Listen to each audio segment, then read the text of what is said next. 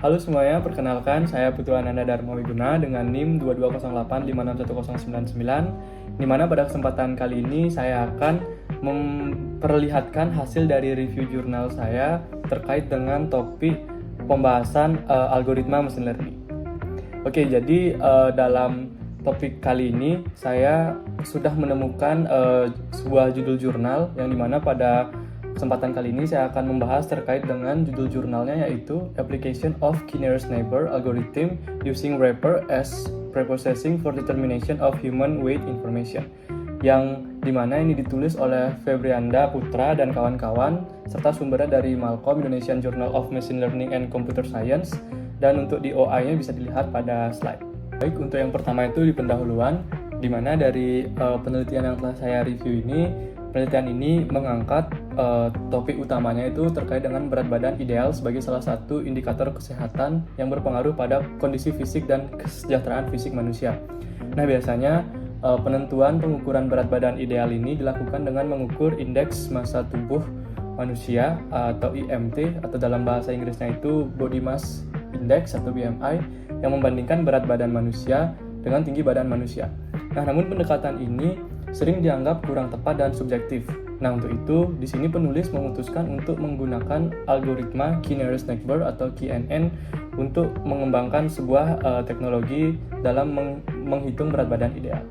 Nah, karena kemampuannya yang efektif ini, penulis juga memiliki beberapa alasan dalam melakukan klasifikasi ini, yang dimana salah satunya adalah dapat melakukan klasifikasi yang kompleks, meskipun performa dari KNN ini sangat bergantung pada pemilihan fitur yang tepat.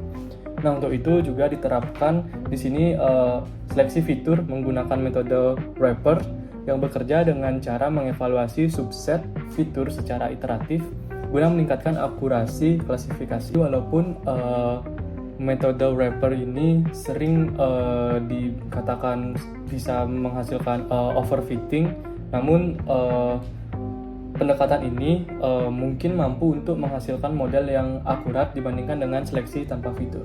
Nah, dengan kombinasi metode KNN dan wrapper ini, penelitian ini memiliki tujuan juga untuk menganalisis perbandingan tingkat akurasi prediksi berat badan antara penggunaan KNN saja dan KNN dengan processing wrapper. Oke, baik, untuk berikutnya di sini saya akan membahas terkait dengan metodologi penelitian yang digunakan dalam penelitian ini. Jadi dari jurnal yang telah saya review ini, seperti slide yang teman-teman dapat lihat juga, di sini ada flowchart yang sudah saya cantumkan, yang dimana di sini merupakan bagaimana alur dari metodologi penelitian yang digunakan, yaitu mulai dari data collecting hingga dengan evaluasi. Baik, untuk yang pertama mungkin dari pengumpulan data atau data collecting, yang dimana dalam penelitian ini untuk datanya itu diperoleh dari platform Kaggle, yang lebih tepatnya dataset yang berkaitan dengan usia, tinggi badan, berat badan, dan BMI. Kemudian dilanjutkan dengan ke pemrosesan data, yang dimana di pemrosesan data ini meliputi 3 tahapan utama, yaitu yang pertama ada pembersihan data, di mana fitur BMI di sini yang redundan akan dibuang karena target klasifikasi sudah terwakili melalui variabel BMI class. Kemudian ada transportasi data, yang dimana label BMI class yang semula berbentuk kategorik akan diubah menjadi bentuk numerik agar kompatibel dengan algoritma KNN yang digunakan. Dan terakhir itu ada seleksi fitur, di mana pada penelitian ini menggunakan metode wrapper yang secara iteratif mengevaluasi kombinasi fitur berdasarkan kinerja model klasifikasi. Kemudian dilanjutkan dengan pembagian data. Tentunya di sini untuk pembagian data ini dibagi menjadi 2, itu ada data training atau data latih dan juga dataset atau data uji. Kemudian ada selanjutnya next ke algoritma K-Nearest Neighbor di sini. Nah, jadi dalam penelitian ini algoritma K-Nearest Neighbor di sini diterapkan sebagai metode utama untuk klasifikasi berat badan manusia berdasarkan fiturnya. Nah, KNN di sini merupakan algoritma supervised learning yang sederhana namun efektif, di mana prinsip dasarnya adalah mengklasifikasikan suatu data baru berdasarkan mayoritas label dari neighbor atau tetangga terdekat di dataset pelatihan. Nah, untuk tahapan implementasi KNN yang dijelaskan itu mencakup sebagai berikut. Itu ada penetapan jumlah tetangga terdekat atau key yang digunakan. Kemudian ada perhitungan jarak Euclidean antara data uji dan seluruh data latih. Dan terakhir itu ada pengurutan data berdasarkan jarak, seleksi K terdekat, lalu dan ada voting class. Dan untuk dievaluasi di sini di dalam penelitian ini menggunakan beberapa metrik-metrik standar dalam supervised learning, meliputi itu yang pertama ada precision untuk mengukur seberapa tepat dan prediksi positif, kemudian ada recall untuk mengukur seberapa baik model menemukan semua data positif, kemudian dilanjutkan dengan F1 score yang dimana ini merupakan rata-rata harmonis antara precision dan recall, serta ada akurasi untuk menunjukkan proporsi keseluruhan prediksi yang benar. Oke teman-teman, selanjutnya di sini saya akan membahas inti dari segala inti jurnal yang saya review ini, yaitu terkait dengan hasil dan analisis di sini. Yang dimana untuk yang pertama itu terkait dengan pengumpulan data, dimana dari data yang sudah dijelaskan tadi yang dicari pada platform Kaggle atau diperoleh dari platform Kaggle ini, bersihkan data yang terkait dengan usia, tinggi badan, dan berat badan serta BMI itu didapatkan dengan total 741 data dari mahasiswa tahap akhir, yang dimana linknya teman-teman dapat lihat juga di slide sudah ada, yang dimana setelah data ini dikumpulkan akan dilanjutkan ke proses berikutnya ke tahap preprocessing. Oke, di tahap preprocessing ini fitur BMI di sini akan dibuang karena fokus klasifikasi akan diarahkan pada fitur BMI class. Jadi hanya 3 fitur utama yang akan dipertahankan di sini, yaitu ada usia atau age, kemudian tinggi badan atau height, dan berat badan atau weight. Nah, kemudian dilakukan transformasi label BMI class ke dalam bentuk numerik untuk memudahkan proses pembelajaran algoritma. Oke, setelah itu seleksi fitur akan diterapkan dengan menggunakan metode wrapper berbasis teknik forward selection yang bertujuan untuk memilih fitur-fitur yang paling relevan dalam menentukan kategori berat badan. Baik, untuk selanjutnya di sini saya akan membahas terkait dengan algoritma K-nearest neighbor-nya pada tahap implementasi algoritma. Nah, jadi selanjutnya akan dilakukan sebuah eksperimen yang dimana di sini akan melakukan splitting data dengan rasio, itu terdapat 3 komponen rasio, itu ada 80/20, 70/30, dan 60/40 untuk membagi data latih, data training, dan data testing.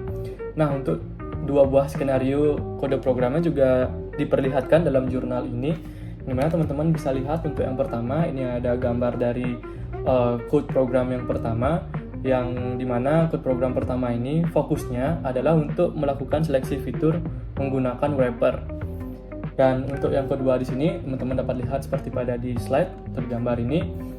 Untuk kode yang kedua ini berfokus pada penerapan KNN dengan nilai K sama dengan 5. Yang dimana proses KNN ini dilakukan dengan mencari jarak terdekat menggunakan metrik Euclidean distance antara data uji dan data latih. Nah, kemudian akan menentukan kelas berdasarkan voting mayoritas dari neighbor atau tetangga terdekat.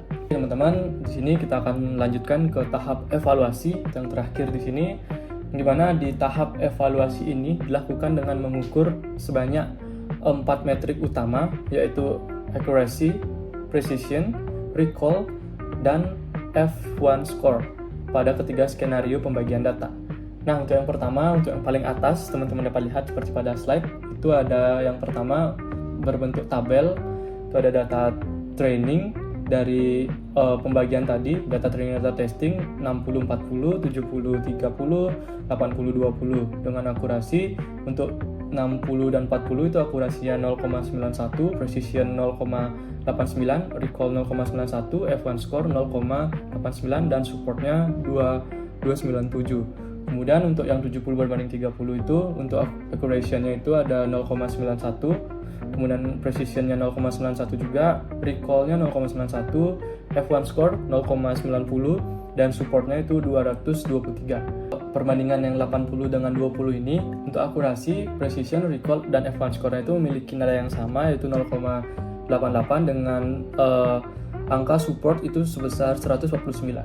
Nah, jadi dari hasil evaluasi yang ditunjukkan pada tabel yang ada pada slide ini memperlihatkan bahwa kombinasi splitting 70/30 ini memberikan performa terbaik dengan nilai akurasi sebesar 91%. Jadi selain itu, precision, recall, dan F1 score juga mencapai angka yang tinggi, menunjukkan keseimbangan antara kemampuan model dalam mengenali data positif dan menghasilkan prediksi yang akurat. Oke, mungkin selanjutnya teman-teman juga dapat lihat seperti gambar yang di kiri dan di kanan ini, yang dimana disajikan juga perbandingan terkait dengan nilai precision untuk masing-masing kategori BMI setiap skenario splitting data. Nah, terlihat juga di sini bahwa pada kategori obes kelas 1, splitting data 70-30 ini memberikan nilai precision yang lebih baik dibandingkan dengan rasio lainnya, yaitu mencapai angka 50%. Nah, hal ini memperkuat lagi pilihan 70 berbanding 30 ini sebagai setting optimal untuk model dalam penilaian ini. Nah, selain itu juga teman-teman juga bisa melihat bagaimana UI yang sudah ada dalam jurnal ini atau yang dalam penelitian ini juga, dimana di sini kurang lebih menggunakan Python atau menggunakan Streamlit di sini, yang dimana sudah ada beberapa field yang dapat diinputkan data untuk nantinya dapat diklasifikasikan sesuai dengan tujuan penelitian ini. Ya, untuk kesimpulannya teman-teman, penelitian ini menyimpulkan bahwa penerapan algoritma Key Nearest Neighbor atau KNN dengan processing menggunakan wrapper secara signifikan meningkatkan akurasi dalam menentukan keterangan berat badan manusia dengan hasil akurasi mencapai 91%. Nah, ini membuktikan bahwa seleksi fitur yang baik dapat memperbaiki performa model klasifikasi. Nah, penelitian ini juga membuka langsung peluang pengembangan sistem evaluasi berat badan berbasis machine learning yang kedepannya sangat baik untuk diimplementasikan secara langsung di bidang kesehatan dan kebugaran. Baik, mungkin sekian hasil review jurnal yang dapat saya sampaikan. Mohon maaf jika ada kesalahan kata atau kesalahan penyebutan yang tidak berkenan di hati teman-teman. Saya akhiri dengan terima kasih. See you.